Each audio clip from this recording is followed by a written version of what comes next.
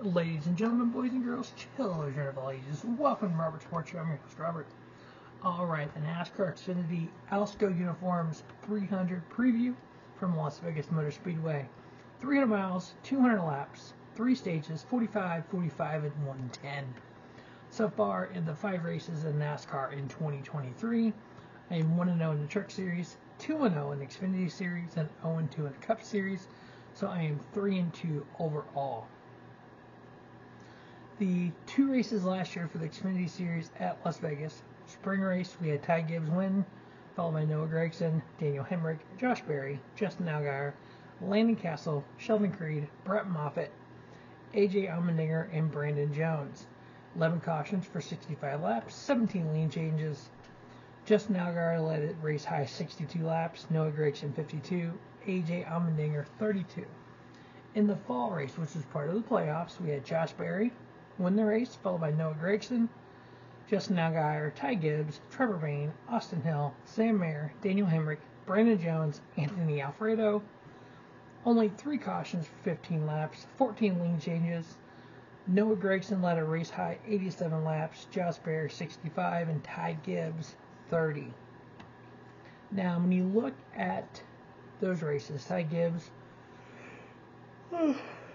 was in the 54 Xfinity car, which became the 20 that John Hunter drives.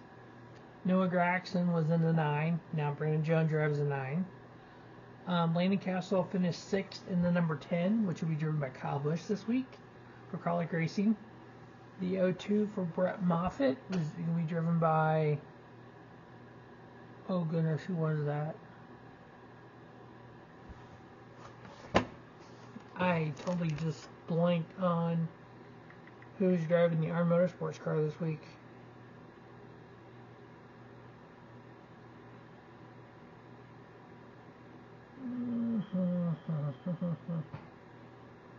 Hang on, let me look that up.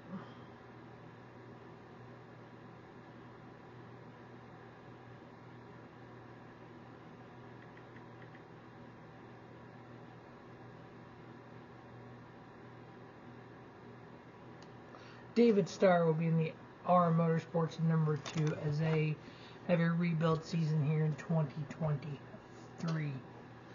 Alright, the 2 Vegas races, the average finish for those drivers: Josh Berry averaged a 2.5 with a win, Justin Allgaier 4.0, Daniel Hemrick 5.5, Brett Moffitt 8.0. He actually withdrew from the race, so he will not be in this race. Brandon Jones 9.5, Jeremy Clements 13.0, Anthony Alfredo 13.5, John Hunter Nemechek 14.0. Now, Kyle Busch, for his Xfinity career at Vegas, we know he's making his return. He's averaged 14.8 with 2 wins. But in his last 50 Xfinity starts, that's like 8 years, I think it is. Because for the last 3, he can only run 5 races, and it was 7 and 10. So his last 50 Xfinity starts, he's had 25 wins. He's won 6 of the last 10 races he's been in. Now, if we look at the mile and a half, so this is a true and tried mile and a half. 2 races at Vegas, Charlotte, Kansas, and Texas. Josh Berry's average 4.0 with 2 wins. Justin Allgaier 4.2. Daniel Hemrick 8.6. Sam Mayer 9.4. Brandon Jones 10.6. Austin Hill 13.6. John Hunter 14.0. Riley Herbst 16.2. Jeremy Clements 17, and Sheldon Creed 20.3. If we look at the intermediate tracks, so this is, again, Vegas, Kansas, Texas, Charlotte. We add Darlington, Homestead, and Nashville. And then Darlington is 1.3 miles. Homestead is 1.4, I believe. And then Nashville is 1.333 because Darlington is 1.366. So they're intermediate tracks, but they're not the true and try mile and a half like Vegas, Kansas, and Texas, and Charlotte. During all the intermediate 9 races, Justin Allgaier 4.1 average finish with 2 wins. Sam Mayer 8.1, Josh Berry 9.5 with those 2 wins. Daniel Hemrick 9.6. In 6 races, John Hunter 10.2, Brandon Jones 11.2, Austin Hill 11.5, Riley Herbst 14.3, and Sheldon Creed 14.7. Now, if we look at the points coming out of the two races, Auto Club and Daytona, we have Austin Hill and John Hunter Nemechek both with wins.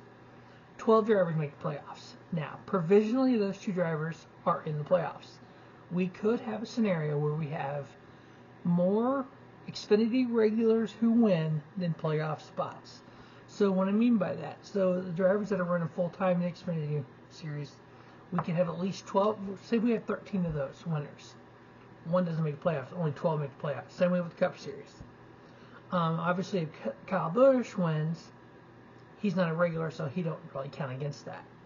So Austin Hill and John Hunter Nemechek provisionally are in the playoffs. The rest of what right now would be the playoffs would be Justin Allgaier, Chandler Smith, Riley Herbst, Cole Custer, Sam Mayer, Joe Graf Jr. He normally drives the RSS car for number 38. He's got 5 races in the number 19 for Joe Gibbs Racing. So the way he's been running, there is a chance. There is a slight chance. Those 5 races could give him enough additional points than what he would get in his RSS car for Ryan Sieg Racing. He might make playoffs this year, followed by Josh Berry, Ryan Sieg, Parker Klingerman, Parker Retzlaff. So Joe Graf Jr., good example. He's racing all the races, but in 2 different teams. So if he were to win a race, regardless which team he's driving for, he's in the playoffs because he declared for Xfinity points. He's running all the races. For the Double Dippers, we have Tyler Reddick in the 24 for Sam Hunt Racing. Like we said earlier, we have Kyle Busch in the number 10 for Colic Racing, and Raja Karuth in the number 45 for Alpha Prime. On DraftKings, 6 drivers, $50,000 salary cap. Some of these drivers are kind of expensive. So I got a very unique round of drivers here. I have Kyle Busch at $13,500. I have Josh Barrett at $10,200. I have Jeff Burton at $6,000. I have Parker Retzlaff at $6,300. I have Jeffrey Earnhardt at $5,500 and Chandler Smith at $7,900. My 4 picks to win: the Alsco Uniforms 300. Got to go with the hometown boy, Kyle Busch. Part of me wanted to go with the other hometown boy, Riley Herbst, but I'm not quite there yet on him.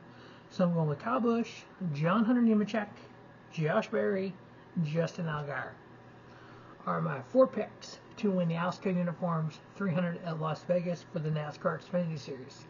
Stay tuned to Robert Sports Show for the NASCAR Cup Series preview. As always, thanks for watching the Robert Sports Show, and don't just have a great day, have a spiffy day. Robert Sports Show, your YouTube leader in sports channel content.